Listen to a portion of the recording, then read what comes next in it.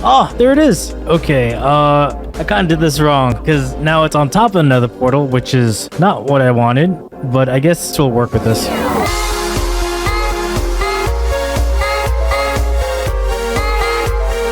That's what we're gonna do. We are gonna just pop this into a boat as fast as we can. Okay, go. I got in the boat. Got in the boat. That's all that matters. You don't see me. You don't see me. You don't see me. You don't see me. I'm too fast for you. Too fast for you. Woo! I'm in the boat. Let's go. Okay. Hit the hitbox and you should teleport through. Yes! Okay, it's in the Nether. Head back to base. Before we move the shulker over to the mob search area, we need to prepare the area for which the shulker can produce enough other shulkers to make the mob switch. We need to confirm two things. We need to confirm that it's in the Nether, and two, that it's on the Nether roof. If it's in Nether actual, it's not impossible, but it makes the whole process a lot more difficult. Ah, there it is. Okay, we've confirmed it's there. We just leave it there for now. Let's go over to a meadows biome, back over near spawn, I think. And then we're gonna go find ourselves some bees in order to tech up and make a shulker breeder. Okay, now we're in a meadow biome. We need to grow some trees.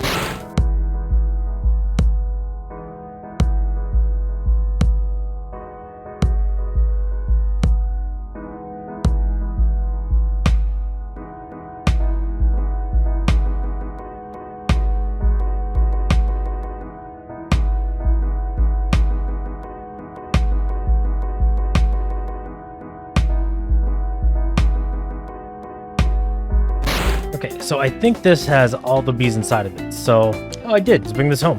Welcome to KikaCore, where safety is a concern. We're gonna go talk about honey. Now, in order to get honey, you're of course gonna need bees. And how this works is that when a bee nest or beehive, in this case a beehive, is full, you can just grab a bottle and then gather it up. But you'll notice the bees get really upset, like big mad, if you just harvest their bees outright by hand. To get around this, you of course use a campfire. When you do with a campfire, the bees actually do not get angry with you, and you could freely get honey from bees. But the problem with this is that it's very manual, and if you haven't noticed by now, I play Minecraft to not play Minecraft, and so there's actually ways to automate this. So going on the previous episode with the bartering hall, you'll notice that there's a dispenser down here, and this dispenser is filled with glass bottles. Now what you can do is strap up one of these beehives or bee nests with a dispenser, load it up with a glass bottle, and you'll get back a honey bottle. It works exactly the same way as a campfire bee nest, but you don't actually have to interact with it. Now of course you could scale this up further by putting it into a chest. Now of course the dispenser doesn't have to be underneath the bee nest, it could be behind it. And then underneath the bee nest you have a chest. Now when you do it this way,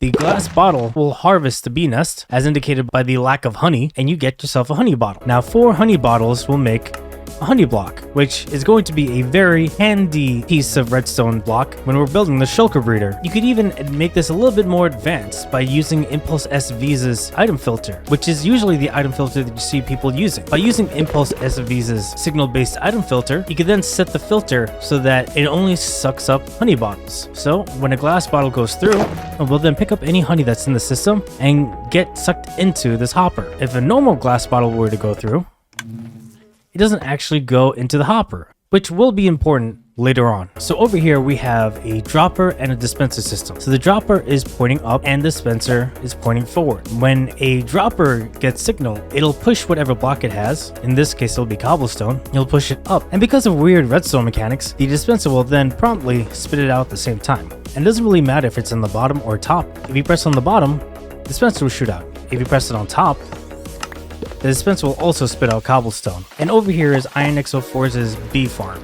And using this mechanic of the dropper dispenser system, you can see that while the bee nests are full, if we send a pulse through,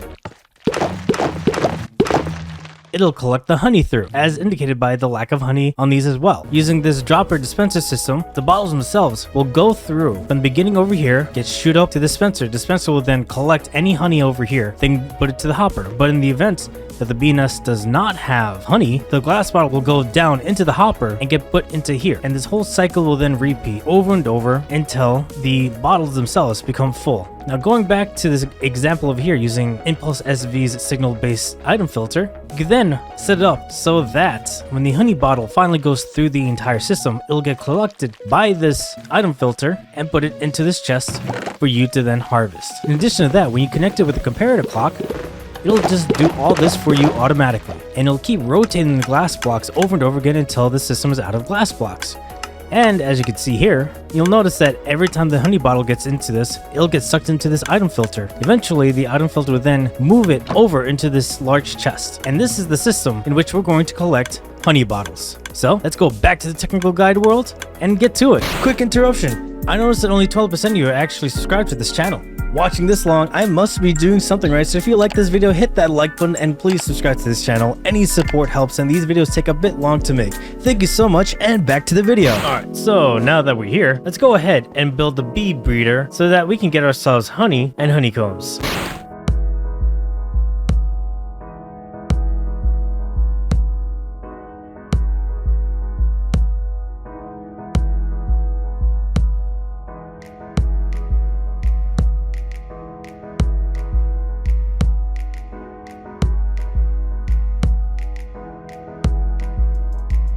Alright, and now we just kind of wait until the bees get to work.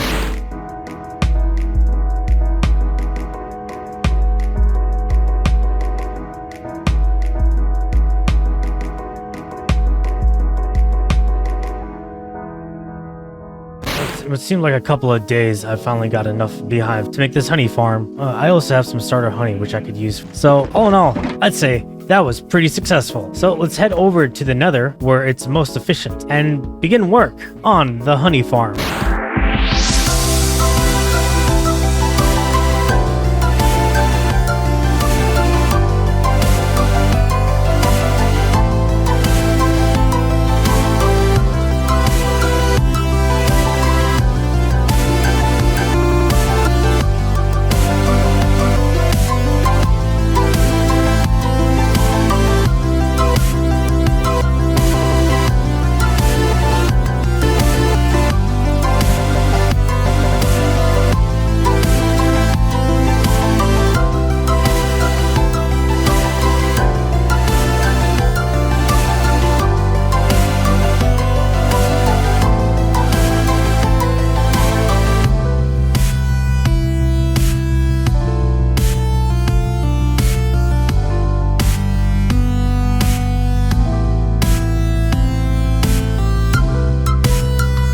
So you might be wondering, why did we set this up in the Nether? Well, the funny thing about bees is that unlike villagers, bees go by day and night cycles instead. And since the Nether doesn't have a day or night cycle, they will work forever. It's good for us, really. So all we gotta do now is flick this lever and this whole system will begin. So let's go get our honey.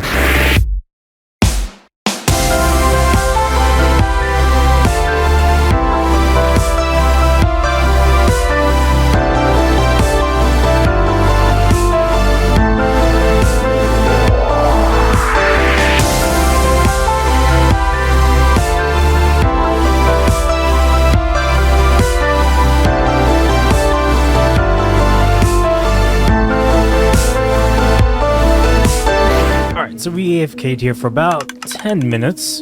And oh, look at all that honey. We're never going to run out for a long time. And with this, we'll be able to create the shulker breeding farm that we're going to use for the Nether and Overworld mob switches.